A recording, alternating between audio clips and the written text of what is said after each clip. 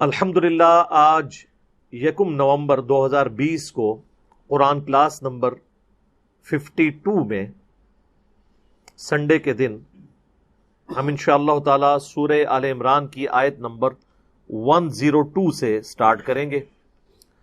اب یہ مسلسل آیات جو ہے یہ بھی قرآن حکیم میں ایک یونیک مقام ہے کہ یہ ایک ٹاپکس اس کے اندر کور ہوئے ہیں، اور خصوصاً اب اس وقت جو پریزنٹ امت جو فرقہ واریت کی لعنت میں پھنس چکی ہے اس کا سلوشن اس کے اندر موجود ہے۔ ان آیات کی شاید نبی علیہ السلام کے مبارک زمانے میں وہ قدر و منزلت لوگوں کے سامنے نہ آتی جو آج آ چکی ہے۔ اس زمانے میں ظاہر ہے کہ ایک ہی لیڈر، ایک ہی کتاب، ایک ہی پیغمبر کے ماننے والے لوگ، فرقہ واریت نہیں تھی، لیکن آج آپ دیکھیں کہ امت کہاں تک پہنچ چکی ہے۔ اعوذ باللہ من الشیطان الرجیم، بسم اللہ الرحمن الرحیم، یا ایہا الذین آمنوا اتقوا اللہ حق تقاتہ، اے ایمان والو اللہ سے ڈرو جیسا کہ اس سے ڈرنے کا حق ہے، اس کا تقوی اختیار کرو جیسا کہ تقوی اختیار کرنے کا حق ہے۔ وَلَا تَمُوتُنَّ إِلَّا وَأَنْتُمْ مُسْلِمُونَ، اور دیکھنا تمہیں موت نہ آئے مگر اس حال میں کہ تم اللہ کے تابع فرمان ہو کر، مسلم ہو کر مرنا۔ یہاں پہ مسلم جو ہے وہ اپنی لغت کے معنوں میں ہے، ڈکشنری کے معنوں میں مسلم کہتے ہیں سر تسلیم خم کرنے والا، جو اپنے آپ کو کسی اور کے حوالے کرتے ہیں۔ ہم اپنے آپ کو مسلم کیوں کہتے ہیں؟ کہ ہم اپنی رضا اپنے رب کے حوالے کرتے ہیں، کہ جیسا رب کی مرضی اس کے مطابق ہم چلیں گے، اس لیے ہم اپنے آپ کو کہتے ہیں مسلم، اپنی ول کسی اور کو سبمٹ کرنے والا۔ اسلام ہے to submit your will to اللہ، اپنی مرضی اللہ کے حوالے کرنا، یہ ہے اسلام، اور جو یہ کرنے والا ہوتا ہے وہ مسلم کہلاتا ہے۔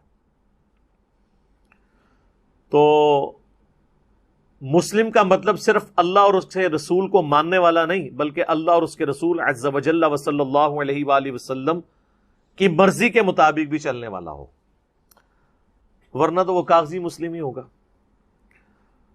تو اللہ تعالیٰ ہمارا ہے کہ اللہ سے ایسا ڈرو کہ جیسا کہ ڈرنے کا حق ہے۔ اب اللہ سے ڈرنے کا حق آپ کو دنیاوی مثال میں ہی سمجھا سکتے ہیں۔ اگر کسی شخص کا غلطی سے استری سے ہاتھ جل جائے کپڑے استری کرتے وقت،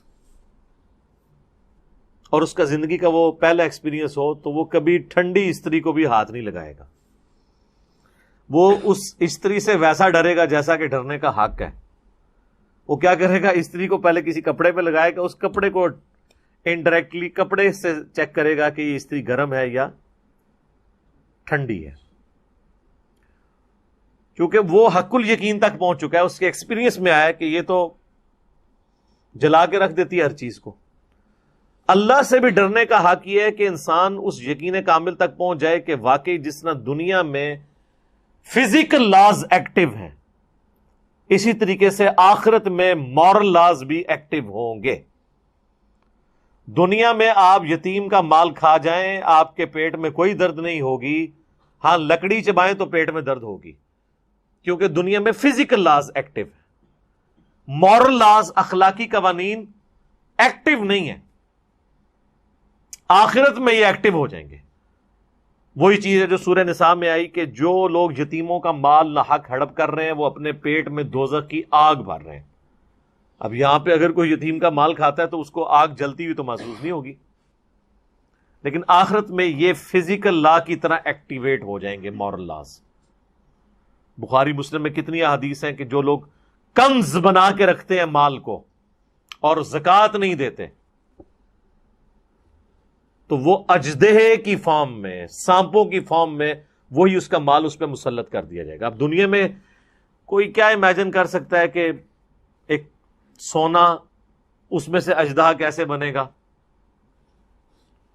یہ تو امیجن ہو سکتا ہے جو سورہ توبہ میں آئے کہ جو لوگ کنز بنا کے رکھتے ہیں سونا اور چاندی کو، یہ قیامت والے دن گرم کر کے ان کے پہلوؤں کو، ان کی پیشانیوں کو، ان کی پیٹھوں کو داغا جائے گا یہ تو سمجھ آتی ہے کہ جناب گرم کر کے اگر پگھلا کے سونا کسی کے اوپر انڈیلا جائے تو وہ کس تکلیف سے گزرے گا، لیکن اس سونے کا اژدہا بن جانا، سانپوں کی شکل اختیار کر جانا، اب یہ اس دنیا میں ہم اس کو امیجن نہیں کر سکتے۔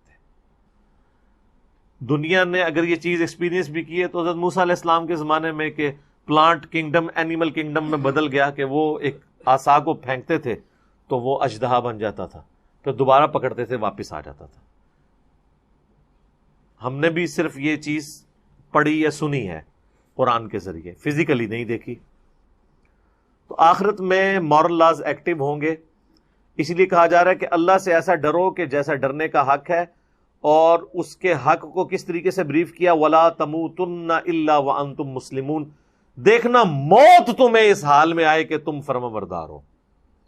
اچھا، اس کا مطلب ہمارے پرانے بزرگوں نے بڑا اچھا سمجھا کہ موت سے پہلے وہ داڑھی رکھ لیتے تھے۔ آپ دیکھ لیں، لوگ تو پرانے وقتوں کو یاد کرتے ہیں اور کہتے ہیں جی بڑا مبارک دور تھا۔ میں کہتا ہوں اسلام نے جو یہ دور دیکھا ہے نا، صحابہ تابعین کے بعد اتنا مبارک دور اسلام کی ہسٹری میں کبھی نہیں آیا۔ آج سے 30-40 سال پہلے جو لوگ کالجز اور سکولوں میں پڑھتے تھے ان سے ذرا پوچھیں کہ کالج میں کتنی لڑکیاں تھیں جو برقع پہن کے آتی تھی چہرے کا نقاب کر کے؟ رواج ہی کوئی نہیں تھا۔ اس کو پریکٹیکلی آپ نے چیک کرنا ہے، آج بھی آپ گاؤں ایریا میں چلے جائیں، عورتیں اسی طرح گھوم رہی ہوتی ہیں۔ آج سے 500 سال پہلے کی بھی بزرگان دین عورتیں اسی طرح ہی گھوما کرتی تھی۔ یہ پردے کا ٹرینڈ، نقاب کا ٹرینڈ، برقعے کا ٹرینڈ، یہ اب آیا ہے لوگوں کے اندر، جب لوگوں نے اس کو آبزرو کیا دین کو فزیکلی پڑھ کے کہ یہ ہمارا ریلیجن تھا۔ ابھی بھی گاؤں ایریا میں چلے جائیں، آپ ذرا بڑے بوڑھوں سے پوچھیں، اگر وہ جھوٹ نہ بولیں کہ جب آپ لوگ جوانی کی ایج میں تھے تو کیا کوئی جوان لڑکا داڑھی رکھتا تھا؟ اگر کوئی چھوٹی سی اس کی شیپ بھی بڑھ جائے نا تو اس کو وہ سفید داڑھی والے بابے سمجھانا شروع کر دیتے تھے، تو کہ جناب جوانی چی بڈھا ہو گیا۔ میں یہ ان زمانوں کی بات کر رہا ہوں جن کو لوگ آہیں بھر بھر کے کہتے ہیں جی پہلے بڑا اچھا وقت تھا۔ میں تو لاجیکلی قائل ہی نہیں ہوں کہاں سے اچھا وقت تھا۔ آپ پاکستان بننے سے پہلے کی ذرا ویڈیوز دیکھیں نا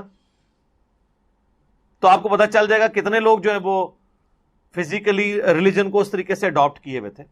گاؤں میں تو بوڑھے لوگ ہی صرف نماز پڑھتے تھے، اور ابھی بھی آپ گاؤں ایریا میں چلے جائیں تو زیادہ تر آپ کو بوڑھے نظر آتے ہیں۔ یہی حال شہروں کا بھی تھا، لیکن سر آپ اسلام آباد میں، کراچی میں، لاہور میں ذرا مسجدوں میں جا کے گنے کتنے جو ہے کالی داڑیوں والے نمازی ہیں اور کتنے سفید داڑیوں والے، تو آپ کو پتا چل جائے گا کہ اسلام نے جو یہ اچھا وقت ابھی اویل کیا ہے آج سے پہلے نہیں تھا۔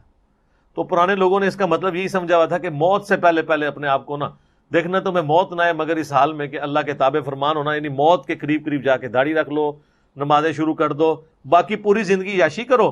60 سال کے بعد جب گورنمنٹ بھی آپ کو ریٹائر کر کے ٹھوڈا مار کے نکال دے کہ اب تو اس قابل نہیں ہے کہ سرکاری نوکری کر سکے، اب جا کے اللہ کی نوکری کرو، تو پھر اس نوکری کا جو رزلٹ نکلے گا وہ آپ کے سامنے ہی ہے۔ اس کا مطلب یہ ہے کہ چونکہ تمہیں یہ پتا نہیں ہے کہ تمہیں موت کب آنی ہے، لہذا ہر وقت موت کے لیے تیار رہو۔ کسی کو نہیں پتا اس کی موت کس وقت آنی ہے، تو کہا جا رہا ہے دیکھنا تمہیں موت نہ آئے مگر یہ اس حال میں کہ تم اللہ کے تابع فرمان ہو۔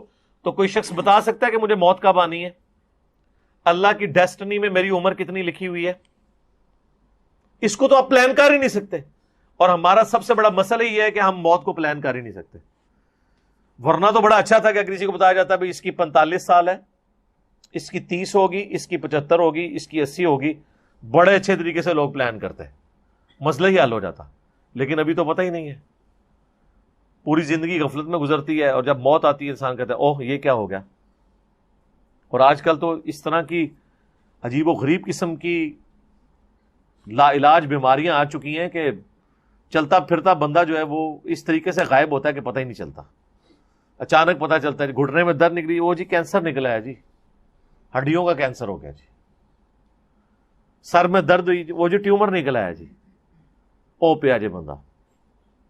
تو اللہ تعالیٰ کہہ رہا ہے کہ تمہیں موت نہ آئے اس حال میں مگر تم مسلم ہو۔ مراد یہ کہ ہر وقت اللہ کے سامنے اس کے تابع فرمان رہو، کیونکہ موت کا تو پتہ نہیں ہے۔ یہ نہیں ہے کہ جب موت آنے والی ہو تو یہ کرو، وہ تو کسی کو پتہ ہی نہیں ہے۔